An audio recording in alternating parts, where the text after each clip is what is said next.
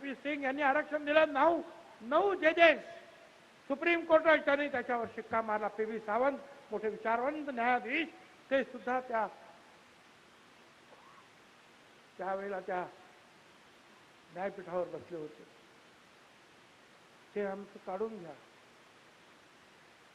आणि मराठा समाजाला दुसरीकडून ओबीसी मध्ये आरक्षण द्या म्हणून प्रयत्न होत आहे. मला कळत नाही हा दुहेरी आहे. आणि मग ते सांगताना काय सांगणार? आमची लेकरं बाळ चांगलीच लेकरं बाळ.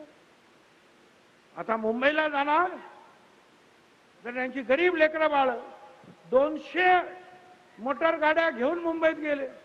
का? तर मैदान बघायला कुठे उपोषण करायचं आहे.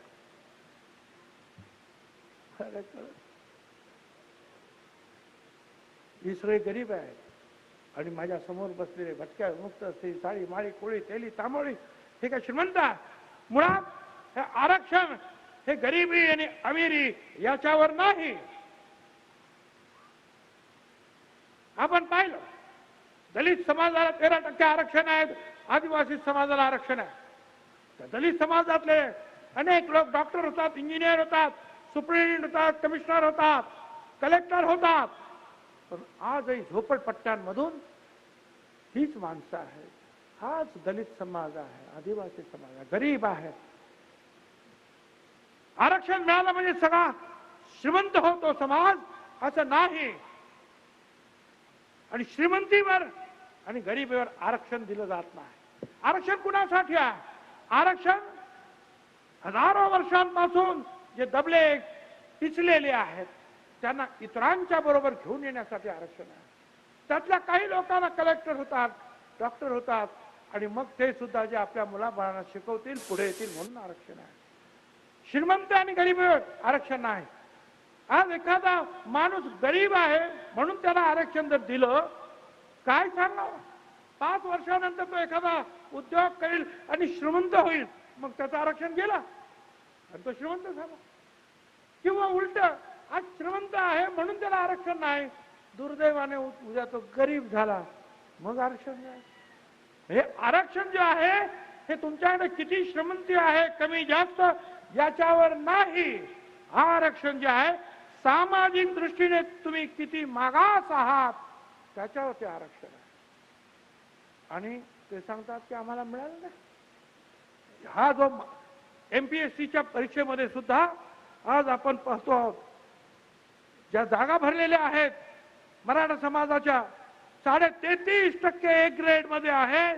B, C, D ग्रेड मध्ये सुद्धा 37% केवळ मराठा समाजाच्या आहे. IAS मध्ये सुद्धा 16% आहेत. IPS मध्ये 28% आहेत. IF इंडियन फॉरेस्ट सर्व्हिसेस मध्ये 17% आहे.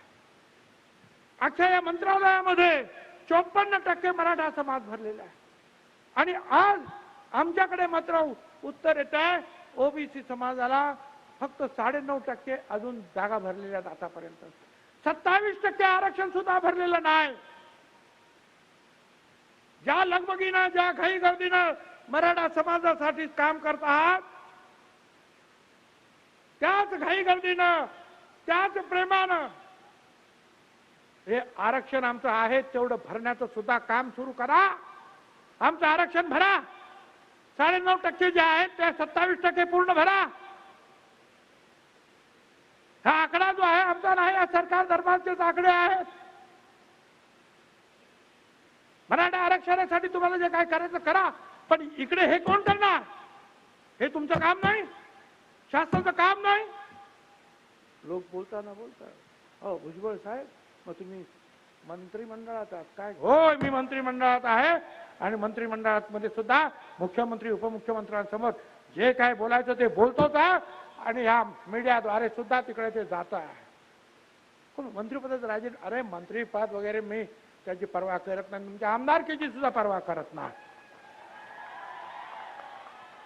आणि तुम्ही सांगता त्याप्रमाणे हेही तुम्हाला सांगतो भुजबळ आता कुठे मंत्रिपद पण नकोय आणि मुख्यमंत्रीपद सुद्धा नकोय, पण एक या गोरगरिबांची काळजी घेणारं सरकार या महाराष्ट्रामध्ये आलं पाहिजे, याच्यासाठी मात्र आम्ही सगळे आकाश पाताळ एक केवळ एक